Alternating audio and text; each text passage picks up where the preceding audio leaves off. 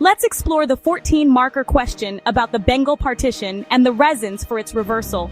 Bengal had been one of the most important provinces of the subcontinent due to its best agriculture.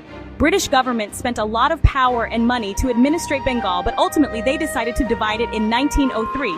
Apparently, it is believed that Bengal was divided due to its geographical factor, and to some extent I do agree with it. Indeed, Bengal was the biggest province, and it was very hard to keep an eye on the dense jungles, deep marshy areas, and extremely populated regions of Bengal. Its population expanded to 95 million, which was 10 times greater than the population of Britain at that time. However, its sheer size posed significant administrative challenges for the British Raj. The eastern part, with its predominantly Muslim population, lagged behind the West in terms of education and infrastructure. This disparity fueled British desires for a more manageable administrative unit. British officials argued that Bengal's size hindered effective governance. They pointed to the difficulties in communication, transportation, and revenue collection. The partition, they claimed, would create two more manageable provinces: Western Bengal, centered around Calcutta, and Eastern Bengal and Assam, with its capital at Dhaka. This division, they argued, would improve administrative efficiency and foster economic development in the underdeveloped East. Bengal was partitioned into two provinces in October 1905, and provinces of West Bengal and East Bengal and Assam were created. The division of Dhaka, Chittagong, Mymensingh were annexed to Assam.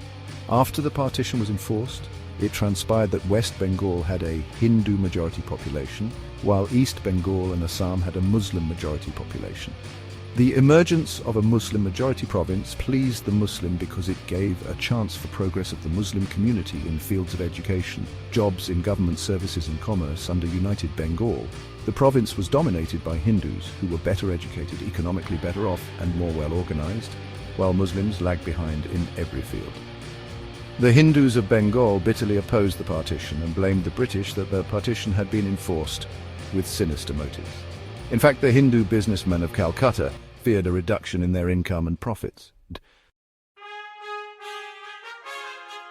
The partition initially appeared to benefit the Muslim population of East Bengal.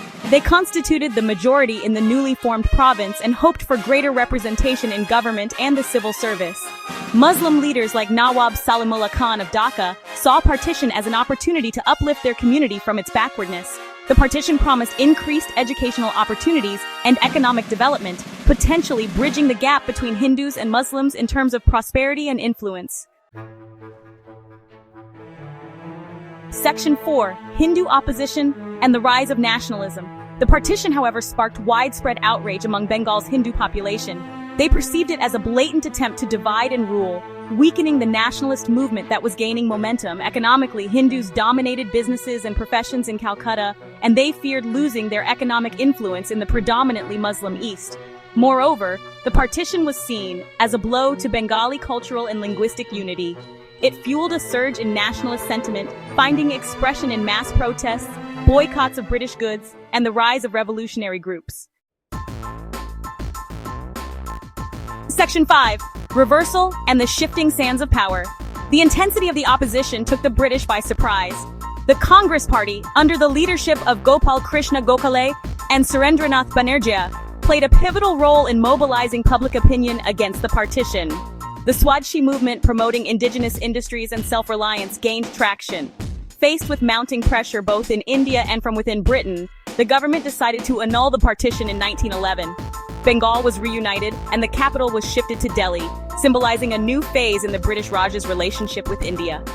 While geographical factors undoubtedly played a role in the initial decision to partition Bengal, the reversal highlights the potent mix of political and social forces at play.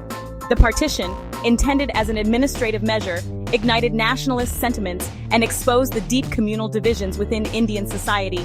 It served as a crucial turning point in the struggle for Indian independence, demonstrating the growing power of Indian nationalism and the limitations of British imperial control.